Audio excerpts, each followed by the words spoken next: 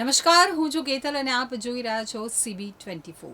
ગાંધીનગરમાં operation સિંદૂરની theme ઉપર મહાઆરતી કરવામાં આવી હતી, જેમાં આઈસીસી ચેરમેન જય શાહ તેઓના પત્ની સાથે ખાસ ઉપસ્થિત રહ્યા હતા।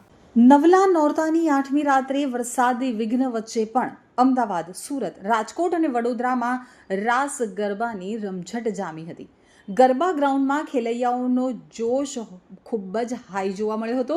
ત્યારે ગાંધીનગરના કેસરિયા ગરબામાં ઓપરેશન સિંદૂરની થીમ ઉપર મહાઆરતી યોજાઈ હતી, જેમાં આઈસીસી ચેરમેન જય શાહ પત્ની સાથે ખાસ ઉપસ્થિત રહ્યા હતા।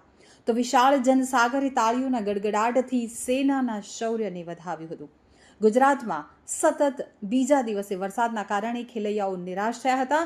તો રવિવાર બાદ સોમવારે પણ વરસાદ વરસતા વડોદરાના યુનાઇટેડ વે સહિત અમદાવાદ અને વડોદરાના કેટલાક ગરબાના આયોજન સતત 2 દિવસ રદ કરવાની ફરજ પડી હતી। તો બીજી તરફ વડોદરા અને સુરતમાં કેટલાક ગરબાના આયોજકો દ્વારા ગરબાનું આયોજન કરાતા યુવાધન હિલોળે ચડ્યું હતું।